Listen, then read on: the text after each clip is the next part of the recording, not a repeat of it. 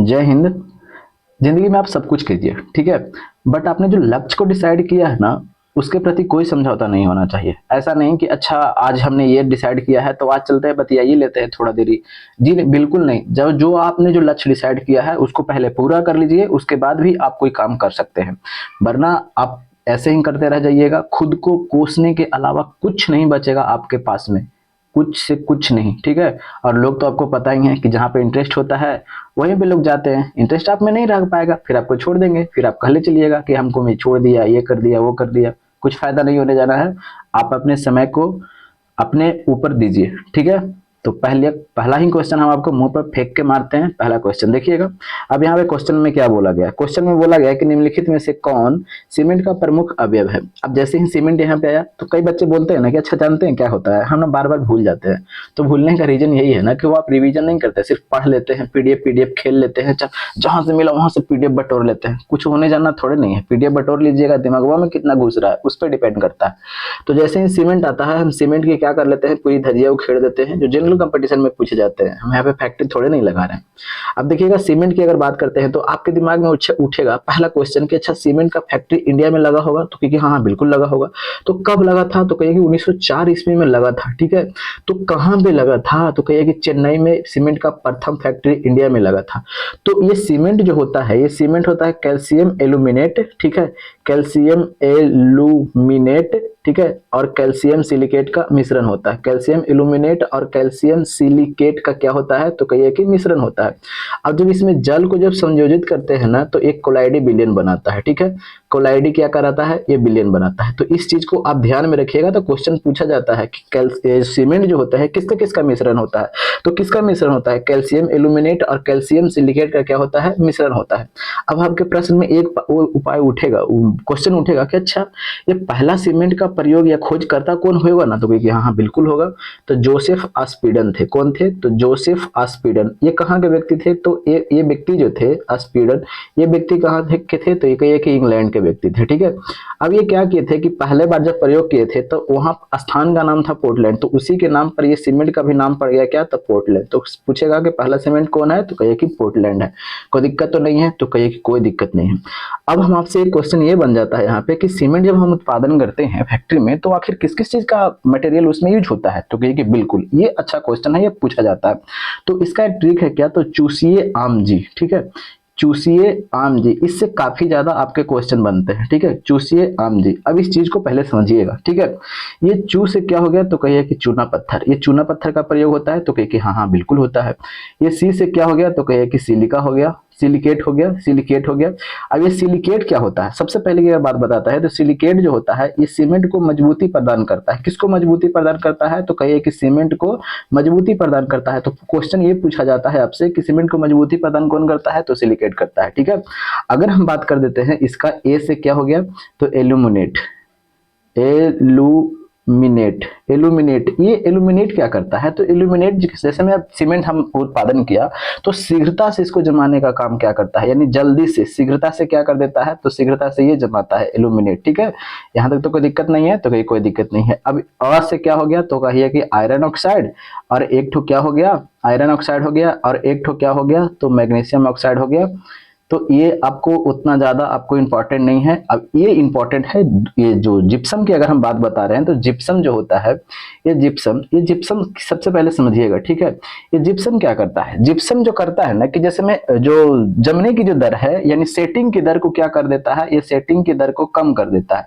Setting की दर को क्या कर देता है, तो सेटिंग की दर को कम कर देता है। सिंबल नीचे दिया गया है, इसका मतलब कम कर देता है। तो देखिएगा यहाँ पे आपको अगर हाँ और बता देते हैं कि रॉ मटेरियल के रूप में, ठीक है, रॉ मटेरियल के रूप में अगर बात बताते हैं, यानी कच्चा माल के रूप में किसका प्रयोग किया जाता है, तो कच्चा माल के रूप में हम लोग किसका प्रयोग करते हैं, तो चूना पत्थर का प्रयोग करते हैं, ठीक है, चूना पत्थर, ठीक है। अब इस चीज को अब देखिएगा, जनरल कंपटीशन में इतना से ज्यादा क्वेश्चन कभी नहीं बन सकते हैं, ठीक है, क्योंकि आपको जनरल बातें पूछा जाएगा, थोड़ी नहीं आपको इंजीनियर बनवा रहा है। तो इतना क्वेश्चन आपको दिमाग में घूमना चाहिए, ठीक है। जैसे ही सीमेंट आया इतना एकदम पूरा रोटेट हो जाना चाहिए दिमाग में, अच्छा अच्छा ये ऐसे होता है, ये होता है, ये होता है, बस जनरल बातें आपको जानना ही है, क्योंकि जनरल कंपटीशन है। तो अब तो समझ में आ गया कि अब क्वेश्चन क्या बोले जा रहे हैं। सो अब देखिएगा क्वेश्चन पर हम चलते हैं सीधा। बोला क्या कि सीमेंट का प्रमुख अवयव है, यानी उसका जो उत्पादन करने का मुख्य उत्पादन है जो है चीज है, मटेरियल है जो कौन सा है, जिप्सम है। तो क्या जिप्सम है उत्पादन का नहीं तो सेटिंग की दर को कम करता है, तो खत्म हो गया।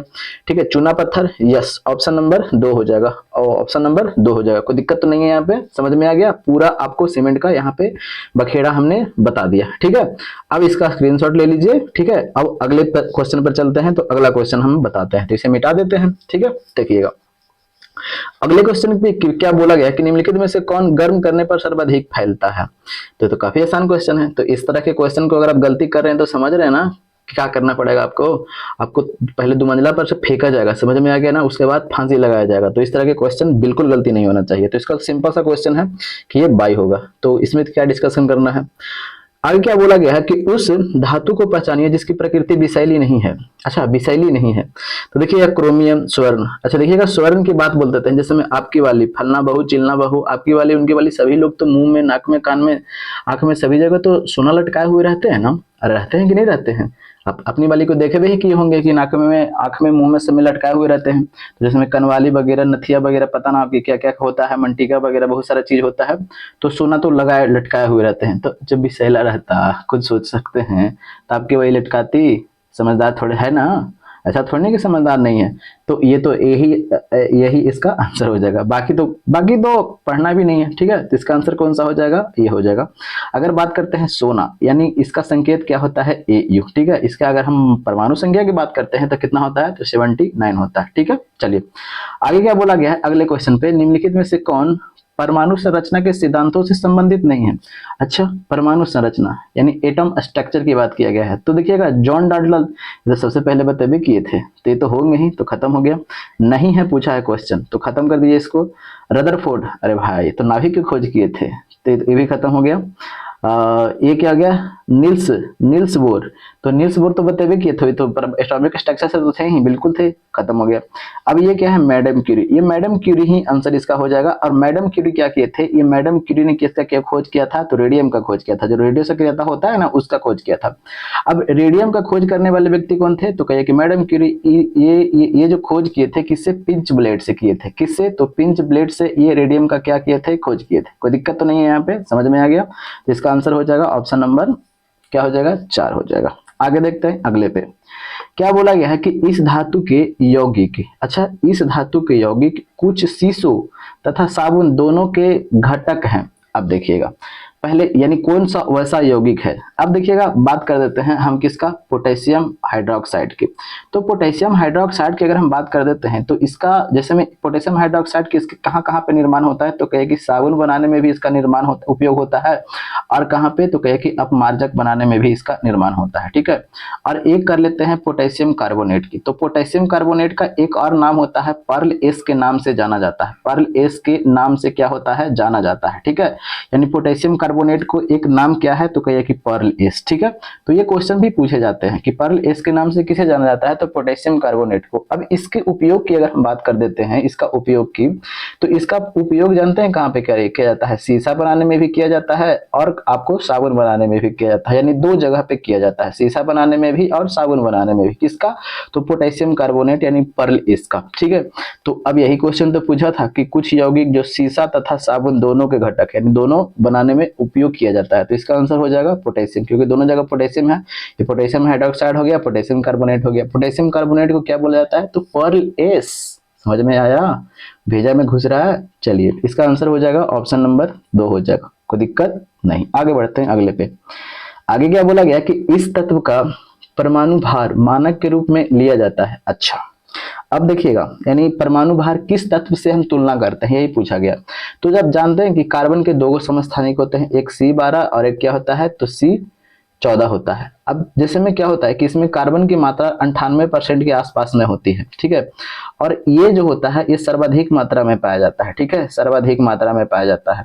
और यही जैसे में परमाणु के जैसे में अब ये है, ये इसी से तुलना किया जाता है कि ये जो किसका परमाणु भार निकालना है, तो इसी से क्या किया जाता है, तुलना किया जाता है कार्बन C12 से, कार्बन C14 से नहीं, ध्यान में रखिएगा, कार्बन C12 से।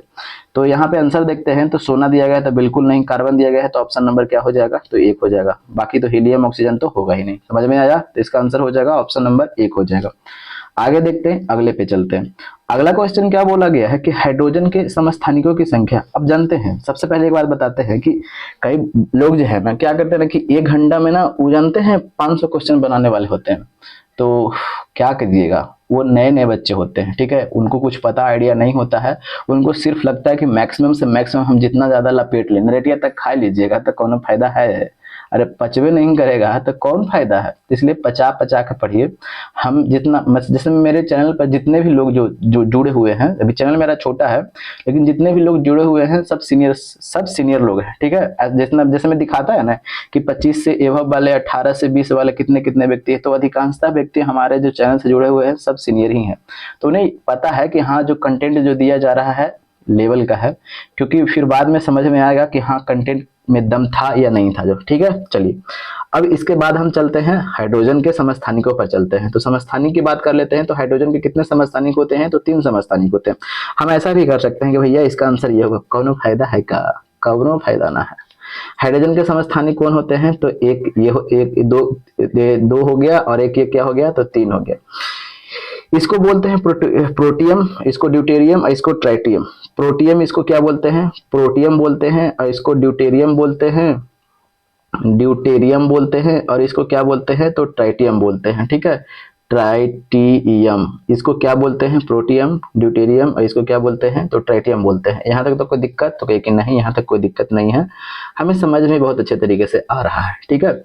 अब अगर बात कर देते हैं कि ये ट्राइटियम जो है, ये ट्राइटियम रेडियो सक्रियता प्रदर्शित करता है। क्या, तो रेडियो सक्रियता प्रदर्शित करता है। अब रेडियो सक्रियता क्या होता है, तो आएगा, जैसे क्वेश्चन आएगा हम बताते चलेंगे। जैसे में जो नाभिक होते हैं, परमाणु के नाभिक जो होते हैं वो अस्थायी होते हैं। सभी की बात नहीं कर रहे हैं, कुछ वैसे एलिमेंट होते हैं जो उसके परमाणु के नाभिक अस्थायी होते हैं, और उससे क्या होता है कि अल्फा, बीटा और गामा किरणें क्या होती है, निकलती है, ठीक है। उसी को हम लोग रेडियो सक्रिय तत्व बोलते हैं। समझ में आ गया। और इस घटना को रेडियो सक्रियता कहा जाता है। कोई दिक्कत, तो इसको क्या गो समस्थानिक हो गया, 1 गो, 2 गो और 1 ठो 3 गो, ठीक है। इसका आंसर हो जाएगा ऑप्शन नंबर 3 हो जाएगा। तो पूछेगा कि रेडियो सक्रियता कौन प्रदर्शित करता है, तो ट्राइटियम, ठीक है। चलिए अगले पर चलते हैं। क्या बोला गया है कि पिच ब्लेड इसका अयस्क है। अच्छा, पिंच ब्लेड की अगर बात करते हैं तो किसका अयस्क है, उस चीज को देखते हैं। इसको मिटा देते हैं, चलिए मिटा देते हैं। अब देखिएगा पिंच ब्लेड की अगर हम बात कर देते हैं, जैसे अभी हमने कुछ देर पहले चर्चा किया था कि पिंच ब्लेड का, लेकिन अयस्क पूछा गया है, तो अयस्क की अगर बात कर देते हैं तो ये सिंपल सा क्वेश्चन है, ये यूरेनियम का अयस्क है, ठीक है। लेकिन हमें और भी चीज को देखना है। यूरेनियम का अयस्क क्या है, तो कहिए कि पिंच ब्लेड है, ठीक है। पिंच ब्लेड इसका क्या है, तो अयस्क है। अब यहाँ पे क्वेश्चन में क्या बोला गया है, क्वेश्चन में कहा गया जी, आयरन की बात किया गया है। तो आयरन का अयस्क कौन कौन होते हैं, यानी आयरन की अगर हम बात करते हैं यानी लोहा का, तो लोहा का अयस्क कौन कौन हो जाएगा। तो ये देखिएगा, अब यहाँ पे हम लिख रहे हैं, आप जैसे जैसे लिखेंगे ना, इत्मीनान से आपको खुद मन मन बोलना है, उससे आपको क्या होगा, रिवीजन होगा और भूलिएगा कम, ठीक है। देखिएगा अगर बात बताते हैं महलसी, ठीक है, ये हमने ट्रिक बना करके रखा है, ऐसा थोड़ी नहीं है कि हम भी नहीं बोलते, हम भी बोलते हैं। तो अगर बात करते हैं तो महलसी की अगर बात करते हैं तो इसका एक होगा मैग्नेटाइट, मैग्नेटाइट हो जाएगा। फिर उसके बाद में क्या हो जाएगा, तो हेमेटाइट हो जाएगा, हेमेटाइट हो जाएगा, और ये लस हो जाएगा, ये मैग्नेटाइट, हेमेटाइट और लस क्या हो जाएगा, अच्छा ध्यान नहीं आ रहा, ठीक है। और फिर इसके बाद में क्या होता है, सीडे राइट, लिमोनाइट होता है, ठीक है, लिमोनाइट। कोई दिक्कत तो यहाँ पे नहीं है। मैग्नेटाइट, हेमेटाइट, लिमोनाइट और सीडेराइट। और एक क्या होता है, काइकोपाइराइट, काइकोपाइराइट, ये काइकोपाइराइट नहीं, कैल्कोपाइराइट होता है, ठीक है, कैल्कोपाइराइट होता है, इसको ध्यान में रखिएगा, कैल्कोपाइराइट होता है। यहाँ पे काट देते हैं, ठीक है, कैल्कोपाइराइट, कैल्कोपाइराइट ये किसका अयस्क है, तो कहिएगा कि और एक ठो क्या हो गया, आयरन पाइराइट, ठीक है। ये अगर हम बात करते हैं ये किसका अयस्क है, तो ये सभी के सभी आपको लोहा का अयस्क मिलेगा, ठीक है, समझ में आ रहा है। चलिए अब हम बात करते हैं अगले पे, क्या बोला गया है, कॉपर का। तो कॉपर की अगर बात कर देते हैं तो यहाँ पे लिख देते हैं कॉपर का अयस्क कौन कौन से है। तो देखिएगा कॉपर के अयस्क की अगर बात करते हैं तो पहला क्या है, क्यूपराइट, क्यूपराइट हो गया। फिर उसके बाद करते हैं तो एजुराइट, ये किसका अयस्क है, तो कॉपर का अयस्क है। मैलेकाइट, मैलेकाइट ये किसका अयस्क है, ये है आपका कॉपर का अयस्क है, ठीक है। ये सभी के सभी जो अयस्क है, और तो यहाँ पे तो कितना हो गया, 3 को लगभग तो हो गया। अब ज्यादा ऐसा नहीं कि सिर्फ इतना ही होता है, और भी होते हैं, बट एग्जाम में ये सब क्वेश्चन ज्यादा पूछे जाते हैं, ठीक है, तो इसीलिए हम यहाँ पे बताते चल रहे हैं, ठीक है। अगर हम बात करते हैं एल्यूमिनियम का, अब तीनों को तो देख लिया, अब हम एल्यूमिनियम की अगर बात कर देते हैं, यहाँ पे एल्यूमिनियम का, ठीक है, एल्यूमिनियम का अगर हम बात कर देते हैं तो एल्यूमिनियम का कौन कौन सा अयस्क है उसके बारे में देख लेते हैं। पहला अयस्क तो सभी को पता है कि पहला अयस्क जो होता है क्या होता है, तो बॉक्साइड, ये तो सबको पता होता है, ये तो किसको नहीं पता होता है, ये कियारा आडवाणी को भी पता है कि बॉक्साइड जो होता है एल्यूमिनियम का अयस्क है। और क्या होता है, तो कहेगी कोरंडम, ये कोरंडम जो अयस्क है किसका है, तो एल्यूमिनियम का है। अगर बात करते हैं नीलम, ये किसका अयस्क है, तो कहिए कि एल्यूमिनियम का है। और किसका अयस्क किसका किसका है, तो अगर हम बात कर देते हैं क्रायोलाइट, ये क्रायोलाइट की अगर हम बात कर देते हैं तो क्रायोलाइट किसका अयस्क है, तो ये आपका एल्युमिनियम का अयस्क है, ठीक है। अगर एक बात करते हैं डायस्पोर, ये किसका अयस्क है, तो ये भी आपका ये एल्युमिनियम का अयस्क है। तो देखे इतना चीज आपके सामने हमने रख दिया, ठीक है। अब इस चीजों को अच्छे तरीके से पढ़िएगा, और जो आपको नोट डाउन करना होगा आप वीडियो को पॉज करके आराम से नोट डाउन कर लीजिएगा, ठीक है। चलिए आगे बढ़ते हैं अगला क्वेश्चन पे। क्या बोला गया है कि मिश्र धातु एल्युमिनियम ब्रॉन्ज में उच्चतम अनुपात में उपस्थित तत्व है। अच्छा, एल्युमिनियम ब्रॉन्ज की अगर बात किया गया है तो एल्युमिनियम ब्रॉन्ज में पता है क्या क्या होता है, एल्युमिनियम तो होता ही है बट 6 से 7% होता है, फिर उसके बाद में आयरन भी इसमें होता है 9 से 10% होता है, ठीक है। लेकिन अगर हम बात कर देते हैं इसमें कॉपर, तो कॉपर सबसे ज्यादा 80% से एभव ही रहता है, ठीक है। तो इसका आंसर पूछा गया है क्या कि उच्चतम अनुपात, तो उच्चतम अनुपात में कौन यहाँ पे है, तो कॉपर है, तो इसका आंसर क्या हो जाएगा, कॉपर, ऑप्शन नंबर 3 यानी तांबा। समझ में आया। चलिए अगले पे बढ़ते हैं, अगला क्वेश्चन।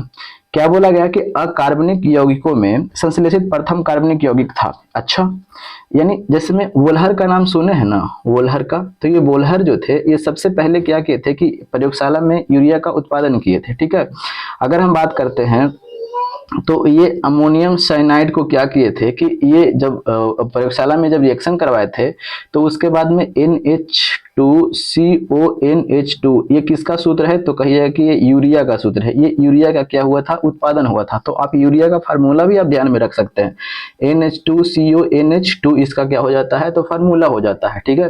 फिर से लिख देते हैं NH2CONH2 हो जाता है। कोई दिक्कत, तो कहिए कोई दिक्कत नहीं है। कौन व्यक्ति थे, तो कहिए कि वोल्हर थे। ये वोल्हर नहीं, सबसे पहले इसका क्या किया था, यूरिया का उत्पादन किया था प्रयोगशाला में, ठीक है। इसका आंसर कौन सा हो जाएगा, तो आंसर हो जाएगा ऑप्शन नंबर 3 हो जाएगा, ठीक है। चलिए कोई दिक्कत, तो कोई दिक्कत नहीं है। आगे बात करते हैं नाइट्रिक अम्ल की अगर बात करते हैं तो देखिएगा, एक जानते हैं क्या होता है, एक होता है एक्वारेजिया, ठीक है। एक्वारेजिया, एक्वारेजिया समझते हैं। एक्वारेजिया जो होता है ये दो चीजों का मिश्रण होता है, एक HCl का मिश्रण है और एक किसका है, नाइट्रिक अम्ल का HNO3। तो पूछा जाता है कि कितने कितने के अनुपात में होता है, तो 3:1 के अनुपात में होता है, यानी हाइड्रोक्लोरिक अम्ल और नाइट्रिक अम्ल के जो मिश्रण होते हैं उसको एक्वारेजिया बोला जाता है, ठीक है। मीथेन को तो पता है, अमोनिया का तो पता ही है, ठीक है। चलिए, जिसको प्राकृतिक गैस बोलते हैं मीथेन का, ये तो पता ही है ना। आगे देखिए क्या बोला गया है कि बुर्ज अभिक्रिया इससे प्राप्त होता है। देखिएगा ये बुर्ज अभिक्रिया या 12th में जब पढ़े होंगे, ध्यान में नहीं होगा तो कोई बात नहीं है। तो इस अब वहां पे हम लोग को, जैसे में हम यहाँ पे आ गए हैं, हम लोग जनरल कंपटीशन में है, तो हम लोग को उतना सारा रिएक्शन थोड़ी नहीं याद करना है या उतना सारा रिएक्शन थोड़ी नहीं पढ़ना है, और भी काफी सारे सब्जेक्ट होते हैं। तो इससे जो प्राप्त होता है, ये किसके प्राप्त करने के लिए ऊर्ज रिएक्शन किया जाता है, तो ये एल्केन के प्राप्त करने के लिए क्या किया जाता है, तो ऊर्ज रिएक्शन किया जाता है। किसको प्राप्त करने के लिए, तो अल्केन को प्राप्त करने के लिए। तो इसको सिंप्लिसिटी से आप यही याद कर सकते हैं, बाकी इसमें ज्यादा तामझाम करने की जरूरत बिल्कुल भी नहीं है, ठीक है। आगे क्या बोला गया है कि सिरके का पीएच मान। अच्छा, ये पीएच स्केल है, ये 0 होता है, ये 0 होता है। अगर हम बात कर देते हैं, देखिएगा, अगर हम बात कर देते हैं यहाँ पे, देखिएगा देखिएगा अगर 7 है, ठीक है, अगर 7 है तो उदासीन होता है। अगर 7 से कम है, ठीक है, ये 7 है, तो 7 से अगर ये 7 पर क्या होता है, तो कहे कि उदासीन होता है, ठीक है। 7 से कम है तो होता है तो क्या होता है, तो लवणीय होता है। और 7 से ज्यादा होता है तो क्या होता है, तो क्षारीय होता है।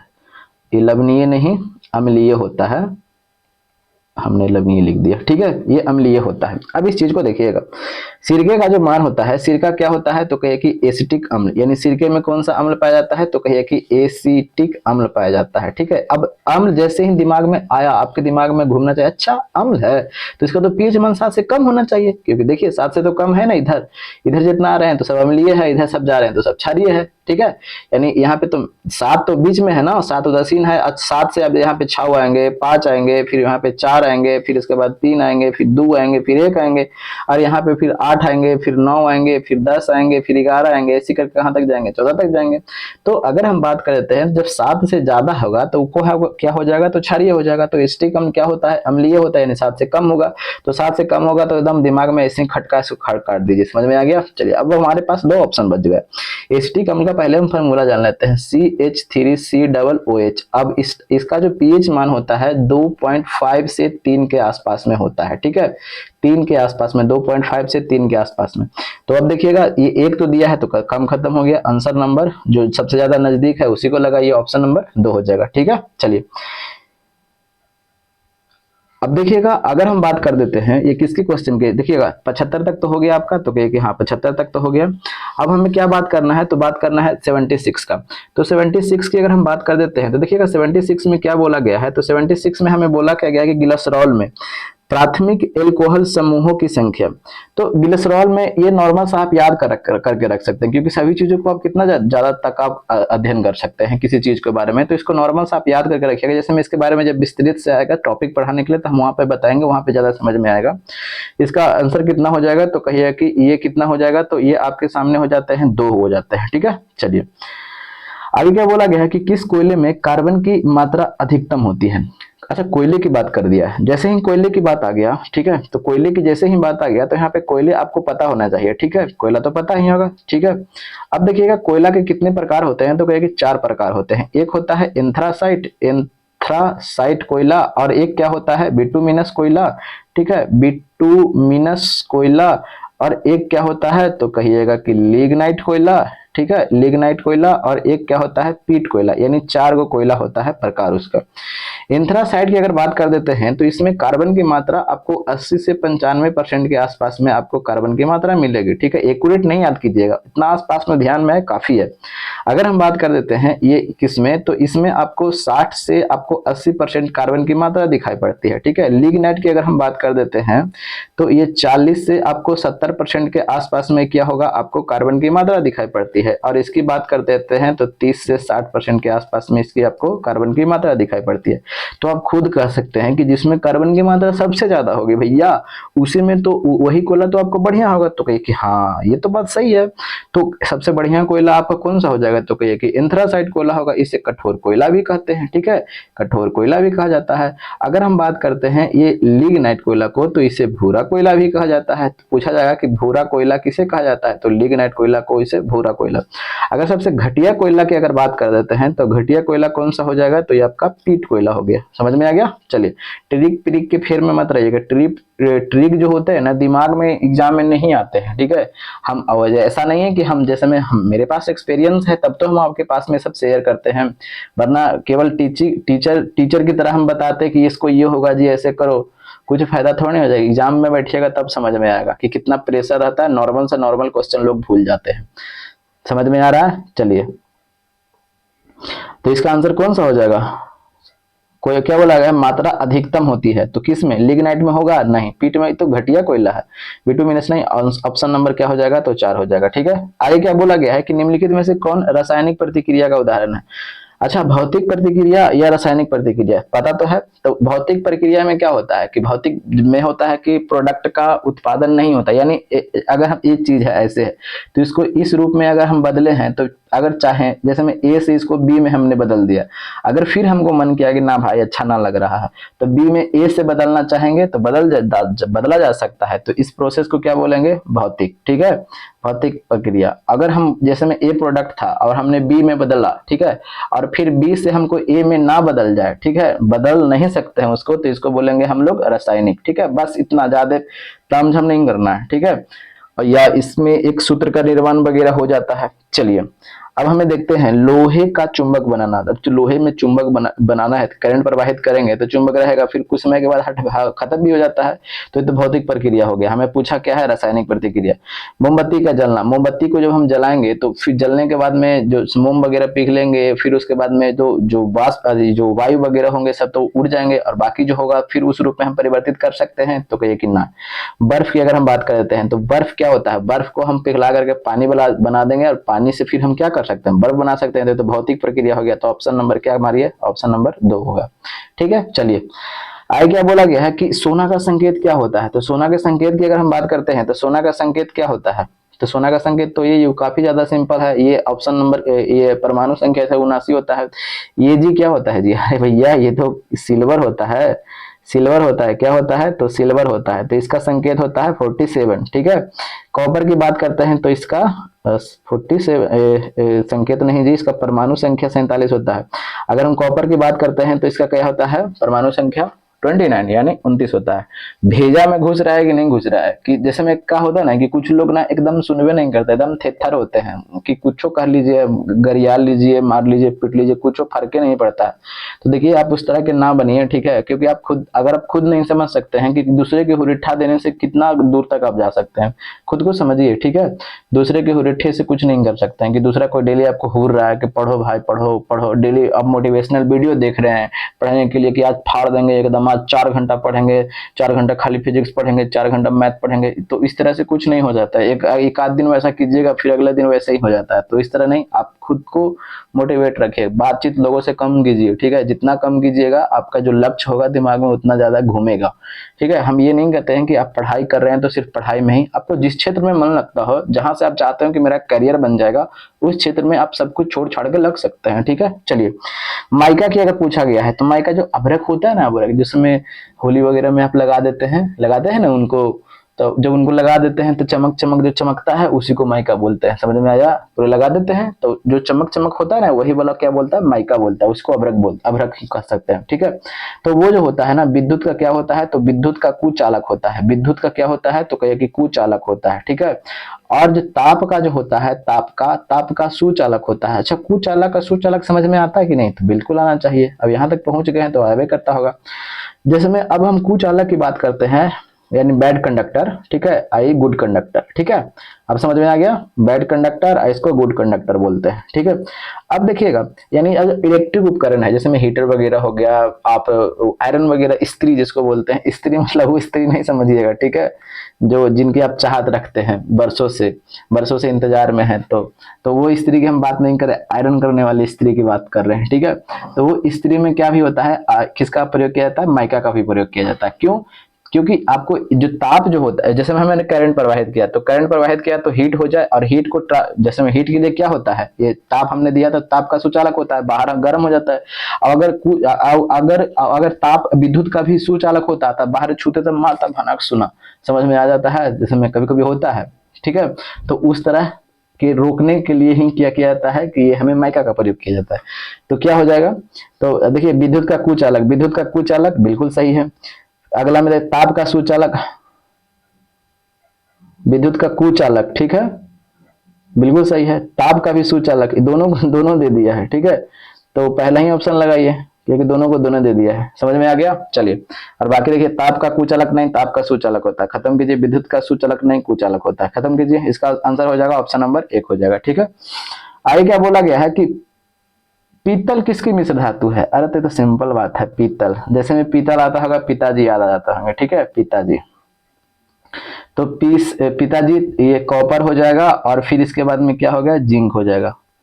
तो यानी कॉपर यानी तांबा, और टीन दिया है, खत्म कर दीजिए। तांबा एल्यूमिनियम दिया, खत्म कर दीजिए। तांबा और जिंक दिया है, ऑप्शन नंबर 3 हो जाएगा। समझ में आ गया, आगे देखते हैं क्या बोला गया है कि एक तत्व का परमाणु भार। अच्छा, पहले परमाणु भार समझ जाते हैं। जैसे में एक हमारे पास में कोई क्या है, एटम है, और इसमें क्या होते हैं, नाभिक होते हैं, बीच में नाभिक है ना जी, तो ये कि हाँ, इसमें प्रोटॉन और न्यूट्रॉन होते हैं, और इलेक्ट्रॉन जो होते हैं चक्कर लगाते हैं, और इसी को हम लोग क्या बोलते हैं, परमाणु भार बोलते हैं। ठीक है, अब देखिएगा, परमाणु भार बोलते हैं, इसी को ना बोलते हैं भाई, तो कि हाँ हाँ बोलते तो हैं। ये नाभिक के ही जो भार होते हैं उसी को हम लोग क्या बोलते हैं, परमाणु भार बोलते हैं, कोई दिक्कत तो नहीं है। और एक होता है समस्थानिक। ठीक है, समस्थानिक, और एक जानते हैं क्या होता है, समभारिक। ठीक है, समभारिक, एक होता है समस्थानिक और एक होता है समभारिक। इस चीज को पहले समझिएगा, उसके बाद हम बताते चलेंगे। ठीक है, कंफ्यूजन नहीं हम क्रिएट होने देंगे। समस्थानिक में क्या होता है कि परमाणु संख्या क्या होते हैं, तो समान होते हैं। और जब परमाणु संख्या समान हो जाते हैं, परमाणु संख्या यहाँ पे लिख देते हैं। ठीक है, परमाणु संख्या क्या हो जाते हैं सॉरी भाई, परमाणु संख्या क्या होते हैं, समान होते हैं। जब परमाणु संख्या समान हो जाएंगे यानी प्रोटॉनों की संख्या भी क्या हो जाता है, तो समान हो जाता है। समझ में आ गया, प्रोटॉनों की संख्या क्या हो जाते हैं, प्रोटॉनों की संख्या आपको समान हो जाएंगे। कोई दिक्कत, तो कोई दिक्कत नहीं है। ठीक है, और बाकी जो होंगे सब भिन्न होंगे। और समभारिक में क्या होता है, तो समभारिक में पता है क्या होता है, परमाणु द्रव्यमान जो होते हैं, ठीक है, परमाणु द्रव्यमान, वो परमाणु द्रव्यमान आपको क्या हो जाएंगे, तो समान हो जाएंगे। परमाणु द्रव्यमान आपको समान हो जाएंगे। बट ये परमाणु संख्या क्या, यानी परमाणु संख्या बोलेगा तो दिमाग में आ जाना प्रोटॉनों की संख्या, और प्रोटॉनों की संख्या क्या हो जाते हैं, तो क्या है कि प्रोटॉनों की संख्या, आपको प्रोटॉनों की संख्या बोलिए या आप परमाणु संख्या बोलिए, ठीक है, या आप परमाणु संख्या बोलिए, ये क्या हो जाएंगे, तो भिन्न हो जाएंगे। परमाणु संख्या क्या हो जाते हैं प्रोटॉनों की संख्या या परमाणु संख्या क्या हो जाएंगे, तो कहिए कि भिन्न हो जाएगा। ठीक है, यानी अलग अलग हो जाएगा। कोई दिक्कत, तो कोई दिक्कत नहीं है। समझ में आ गया, तो हाँ बिल्कुल अच्छे तरीके से समझ में आ गया। क्या एग्जांपल दे देंगे, चलिए इतना तो समझ गए होंगे। ठीक है, अब चलते हैं क्वेश्चन पर, देखते हैं क्या बोला गया है कि एक तत्व का परमाणु भार बराबर होता है। तो परमाणु भार बराबर, तो भार में कहाँ पे आ जाइए, यानी समभारिक में आ जाइए। तो समभारिक में क्या होता है, तो परमाणु द्रव्यमान क्या होते हैं, समान होते हैं। तो परमाणु द्रव्यमान यानी भार क्या होते हैं, समान होते हैं। अब परमाणु भार जैसे ही बोला तो दिमाग में खटकना चाहिए कि परमाणु भार यानी नाभिक आ जाएगा, और नाभिक में प्रोटॉन और क्या होते हैं, न्यूट्रॉन होते हैं, और चारों तरफ इलेक्ट्रॉन चक्कर लगाते हैं। तो प्रोटॉन न्यूट्रॉन आ गया, समझ में आ गया। यानी ये वाला का दूसरा रूप ये भी तो आप बोल सकते हैं, तो देखिए हाँ बोल सकते हैं। तो अब देखिएगा, प्रोटॉनों की कुल संख्या बराबर होती है प्रोटॉनों की कुल संख्या। जब प्रोटॉनों की कुल संख्या बराबर हो जाएगी तो उसको समस्थानिक बोलेंगे, संभारिक नहीं बोलेंगे। खत्म हो गया। अगर बोला गया है न्यूट्रॉनों की कुल संख्या, खत्म हो गया, गलत है ना। आगे देखिए, प्रोटॉनों और न्यूट्रॉनों की कुल संख्या के, यस, प्रोटॉनों और न्यूट्रॉनों की कुल संख्या के, यहाँ पे देखिए उसको क्या बोलेंगे, परमाणु भार। अब परमाणु भार किसको, परमाणु भार यानी परमाणु भार में क्या होता है, द्रव्यमान संख्या समान होता है। तो द्रव्यमान संख्या यहाँ पे समान हो गया, और जो परमाणु संख्या हो जाएंगे वो भिन्न हो जाएंगे। इसका आंसर क्या हो जाएगा, ऑप्शन नंबर 3 हो जाएगा। भेजा में घुस रहा है। देखिएगा ये सब टर्म काफी ज्यादा आपको प्रॉब्लम क्रिएट करते होंगे, बट इसको क्या कीजिएगा, अच्छे तरीके से पॉज कर करके चीजों को समझ करके आप एक एक पॉइंट जोड़ जोड़ करके बढ़िएगा, समझ में बहुत अच्छे तरीके से आ जाएंगे। आगे क्या बोला गया है कि एक रासायनिक पदार्थ जिसका इस्तेमाल एक मैग्नेटिक टेप की परत चढ़ाने के लिए किया जाता है। तो सिंपल सा क्वेश्चन है, किसके करते हैं, तो फेरिक ऑक्साइड का करते हैं। क्या इसमें कुछ ज्यादा बताना है, इसका आंसर कौन सा हो जाएगा, तो आंसर हो जाएगा ऑप्शन नंबर 3 हो जाएगा। ठीक है, चलिए आगे क्या बोला गया है कि सोने के आभूषण बनाते समय अब क्या इस्तेमाल किया जाता है, जानते हैं। जो आपकी वाली है फलना बहू चिलना बहू जो सोना पहनते हैं ना, तो अब उनको भी लगता होगा अच्छा हम सोना पहन के पूरा चमका रहे हैं ना, तो क्या वो सोना असली रहता है, क्या पूरा शुद्ध रहता है सोना, नहीं, पूरा शुद्ध सोना नहीं रहता है। ठीक है, तो यही आपसे पूछ देगा कि एग्जाम में कि शुद्ध सोना कितने कैरेट का होता है, तो 24 कैरेट का होता है। 1 कैरेट का होता है, तो कैरेट इसको शुद्धता को मापता है, यानी यूनिट है। जिस तरह से आप बोलते हैं ना कि 5 केजी हमको चावल दीजिए, यानी केजी आपका यूनिट है ना, तो ये भी यहाँ पे शुद्धता का ये सोना का क्या है, जो जिसमें यूनिट है मापते हैं, वो क्या है, कैरेट है। समझ में आ गया। तो शुद्ध सोना कितने कैरेट का होता है, तो 24 कैरेट का होता है। अगर हम जैसे में आभूषण बना रहे हैं, जैसे में कनवाली बना रहे हैं, ठीक है, अब जैसे में ब्याह वगैरह होगा तो कनवाली बनाने जाइएगा उनके साथ में, तो उनके साथ में कनवाली बनाने जाइएगा, तो अब जैसे में लोहार थोड़े नहीं बनाएगा, सोनार बनाएगा ना, कि अब लोहारे से बनवा लीजिएगा। तो अब ये बनाएगा, तो अब ये लोहार सोनार जो होगा, अब ये सोनार उसमें क्या करेगा, तांबा को मिलाएगा। ठीक है, किसमें, यानी गोल्ड जो होगा आपका इस किसमें, गोल्ड जो होगा उसमें आपको क्या मिलाएगा, ये तांबा को मिलाएगा। क्यों मिलाता है, अगर ऐसा ना करेगा ना तो सोना तुरंत, जैसे में नकिया में पहने, तो नकिया में पहने तो तुरंत टूट के गिर जाएगा, इसीलिए कॉपर मिला देता है ताकि ज्यादा दिन तक ठटे। समझ में आ गया। इसका आंसर हो जाएगा ऑप्शन नंबर 1 हो जाएगा। ठीक है, चलिए आगे क्या बोला गया है कि आतिशबाजी में हरा रंग निम्न की उपस्थिति के कारण था। आतिशबाजी, दीपावली आ रहा है, पटाखा छोड़वे कीजिएगा, एकदम समझ गए? तो पटाखा छोड़ भी कीजिएगा, तब देख लेते हैं। देखिए बताते हैं हम क्या क्या होता है। सो जो इसमें एक ही चीज यहाँ पे नहीं होता है, इसमें पटाखा है, ठीक है। अब जब पटाखा जब छोड़िएगा तो पटाखा छोड़िएगा तो जैसे में आप रंग इस तरफ हम लिख लेते हैं, रंग हो जाता है, और इस तरफ है आप कौन कौन सा आप मटेरियल का यूज करते हैं, ठीक है। ठीक है, अब देखिएगा अगर हम बात बताते हैं, हरा रंग एक होता है, हरा रंग, ठीक है। और एक क्या होता है तो कहिए कि पीला रंग होता है, और एक क्या होता है लाल रंग होता है। ये तीन रंग ही अब देखिए, बाकी इतना ही एग्जाम में पूछते हैं, ठीक है। हरा रंग किसके कारण होता है तो बेरियम के कारण होता है, ठीक है। अगर बात करते हैं पीला रंग किसके कारण तो कहिए कि सोडियम के कारण होता है, ठीक है। और लाल रंग किसके कारण तो स्ट्रोंसियम के कारण, स्ट्रोंसियम के कारण आपको लाल रंग दिखाई पड़ता है। अब पूछा है मुझसे हरा पूछा है, तो हरा पूछा है तो का बेरियम, समझ में आ गया। इसका आंसर हो जाएगा ऑप्शन नंबर 3, ठीक है। एकदम सीधा डाउनलोड कीजिएगा और इत्मीनान से देखिएगा, रिलैक्स होकर के। अगर हड़बड़ाहट है तो ना सीखिएगा, ठीक है, हड़बड़ हड़बड़ में ही रह जाइएगा। अब देखिएगा इनमें से कौन सा बेसिस, अच्छा बेस, ठीक है। बेस की एक विशेषता नहीं है, यानी बेस मतलब क्या होता है क्षार। अब देखिएगा क्षार की विशेषता नहीं है, उसके बारे में बताया गया है, ठीक है। तो जिस तरह के ऐसे ही आता है, तो अब देखिएगा लिटमस लाल, लिटमस लाल हो जाता है। अब देखिएगा काफी कंफ्यूजन करता है, तो एक ये वाला तो पता है ना कि अम्ल जो होता है ये नीला लिटमस, यहाँ पे लिख देते हैं कि नीला लिटमस, ठीक है। ये लिटमस को क्या कर देता है तो ये लाल कर देता है, ये ल से लाल हो जाता है, लाल कर देता है। ये अ से क्या हो गया तो अम्ल हो गया, ठीक है। कोई दिक्कत? यानी अम्ल जो होता है नीला लिटमस पेपर को क्या कर देता है लाल कर देता है, ठीक है। तो देखिएगा यहाँ पे बोला गया कि बेस की विशेषता नहीं है, तो बेस लिटमस को लाल कर देता है, तो बेस जो है लिटमस को लाल कर देता है जी। बेस करता है लिटमस को लाल, अम्ल ना करता है। अरे अम्ल ना करता है, यहाँ पे अनिल जैसे में आएगा तो अनिल को पकड़ लीजिएगा। अनिल कहाँ जा रहे, इधर आइए, समझ में आ गया। अब और ऐसा नहीं कि आप पकड़ के उनको घिचाड़ने लगिएगा, तो यह कौन सा हो जाएगा तो अनिल को पकड़ लीजिए। अब अनिल को पकड़ लिए तो अनिल से क्या हो जाएगा, अ से क्या हो गया अम्ल, नी से नीला, लिटमस हो जाएगा, अल्लाह से लाल हो जाएगा। तो ये लिटमस को लाल कौन करता है तो ये अम्ल करता है। यहाँ बोला है कि बेस, तो नहीं पूछा है, तो यही तो गलती है। तो इसका आंसर कौन सा हो जाएगा, यही हो जाएगा, गलती को पकड़ना है। लेकिन हम और भी ऑप्शन पर चेक कर लेते हैं, ठीक है। आगे देखते हैं, एसिड के साथ मिलकर लवण बनाता है, देखते हैं बिल्कुल। जैसे में क्या होता है, आप हाइड्रोक्लोरिक अम्ल ले लीजिए और Na सोडियम हाइड्रोक्साइड को ले लेते हैं, ठीक है।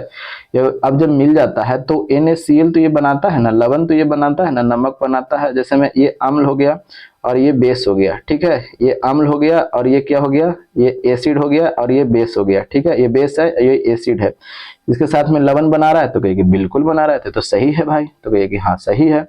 कड़वा होता है, बिल्कुल, क्योंकि अम्ल स्वाद में खट्टा होता है और क्षार जो होता है स्वाद में कड़वा होता है, बिल्कुल सही है।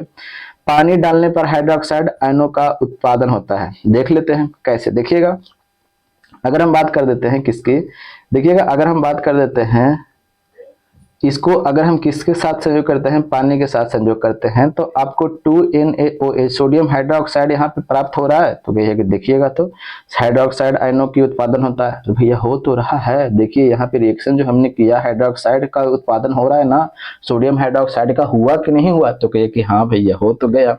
अब यहाँ पे थोड़ा सा एक टर्म है, हम आपको बताते हैं, वो चीज को आप याद कर लीजिएगा। धातु जो होते ना, धातु, ये धातु जो होते हैं, धातु जल के साथ अभिक्रिया नहीं करते हैं, ठीक है। जल के साथ क्या करते हैं, जल के साथ अभिक्रिया नहीं करते हैं, ठीक है, अभिक्रिया नहीं करते हैं, ठीक है। लेकिन जो क्षारीय धातु जो होते हैं ना, क्षारीय धातु, ये क्षारीय धातु जल के साथ में क्या करते हैं तो जल के साथ में ये तीव्रता से अभिक्रिया करते हैं। कैसे, तो कहिए कि तीव्रता से अभिक्रिया करते हैं, तीव्रता से अभिक्रिया करता है। तो इस टर्म को आप ध्यान में रखिएगा इसको, ठीक है। अब देखिएगा, अब हम बताते हैं क्या कि यानी धातु के जितने भी ऑक्साइड होते हैं, टर्म को यूज करते हैं दूसरा पेन से। धातु के ऑक्साइड जो होते हैं, धातु के ऑक्साइड, ये धातु के ऑक्साइड जो होते हैं, धातु के ऑक्साइड क्षारीय प्रकृति के होते हैं। कैसे होते हैं तो क्षारीय प्रकृति के, इधर आ भाई, इधर इधर इधर, क्षारीय प्रकृति के होते हैं। समझ में आया, क्षारीय प्रकृति के क्या करते हैं, ये होते हैं, ठीक है। देखिएगा हमने यहाँ प्रूफ दिखाते हैं। धातु के ऑक्साइड, धातु है सोडियम, ऑक्साइड है और यहाँ जब बना तो क्षारीय प्रकृति की हो गया कि ना, कि OH आया। तो OH किसके में आता है, जो क्षार होता है यानी हाइड्रोक्साइड है, तो वो क्षारीय है कि नहीं, यानी सोडियम हाइड्रोक्साइड है तो क्षारीय है। तो अब यही चीज बात तो यहाँ पे लिखे हैं कि धातु के ऑक्साइड क्षारीय प्रकृति के होते हैं। समझ में आ गया। तो क्वेश्चन पूछा जाता है कि धातु के ऑक्साइड कैसे होते हैं, क्षारीय प्रकृति के होते हैं। और यही जब हम कह देना आपको कि अधातु के ऑक्साइड, तो अधातु के जो ऑक्साइड होंगे ना, अधातु के ऑक्साइड, तो अधातु के ऑक्साइड जो होंगे वो अम्लीय प्रकृति के होंगे। कैसे होंगे, तो कहे कि अम्लीय प्रकृति के। देखिएगा ये सब टर्म काफी कंफ्यूजन करते हैं, इसीलिए हम सोचते हैं कि आपको बार बार बताएं। बार बार बताने से आपको क्या होगा कि माइंड में चलेंगे तो आपको अच्छे तरीके से, जिस तरह से आप उनकी हर एक बात को सुनते हैं ना, बड़ा गौर से सुनते हैं ना, आज खाना हम ये खाएं जी, पता है ना ये हो गया, फलाना बाबू आया था, चिलमा बाबू आया था, अच्छा पापा आ गए, बाद में फोन करेंगे, इस तरह की बातें आप सुनते हैं ना, तो उससे अच्छा है कि इस तरह की बातें सुनिए, ज्यादा बेटर हो जाएगा। ठीक है। तो सेशन कैसा लगा, यहीं तक शायद था। सेशन कैसा लगा जरूर बताइएगा, क्योंकि देखिए मेरा चैनल काफी ज्यादा छोटा है और जितना हम इनपुट देते हैं उतना आउटपुट नहीं मिलता है। कैसा लगता होगा जरूर बताइएगा, अच्छा लगता होगा तो भी बताइएगा, खराब लगता होगा तो भी बताइएगा, मन होगा तो भी बताइएगा कि हाँ भाई हमको ठीक नहीं लगता है, अच्छा लगता है, जो भी आपको इच्छा करता होगा सब बताइएगा। ठीक है। और नहीं अच्छा होगा तब छोड़ सकते हैं, कोई बात नहीं है। ठीक है। तो थोड़ा सेशन को थोड़ा शेयर वगैरह भी कर सकते हैं, क्योंकि अगर बढ़ जाता तो ज्यादा बेटर रहता है। ठीक है। क्योंकि हमें भी थोड़ा सा लगता है कि नहीं भाई लोगों तक पहुंच रहा है, तो जरूर बताइएगा। थोड़ा सेशन वगैरह को आगे शेयर कीजिएगा, और नए होंगे तो सब्सक्राइब कर लीजिएगा। ठीक है। इच्छा होगा तो, नहीं होगा तो कोई बात नहीं। तो मिलते हैं अगले वीडियो में, तब तक के लिए हंसते रहिए और सीधा अपनी निगाहें लक्ष्य पर टिकाए हुए रखिए। ठीक है। नीति मेरी रहेगी, नियति आपकी। जय हिंद, जय भारत, जय बिहार, जय मगध।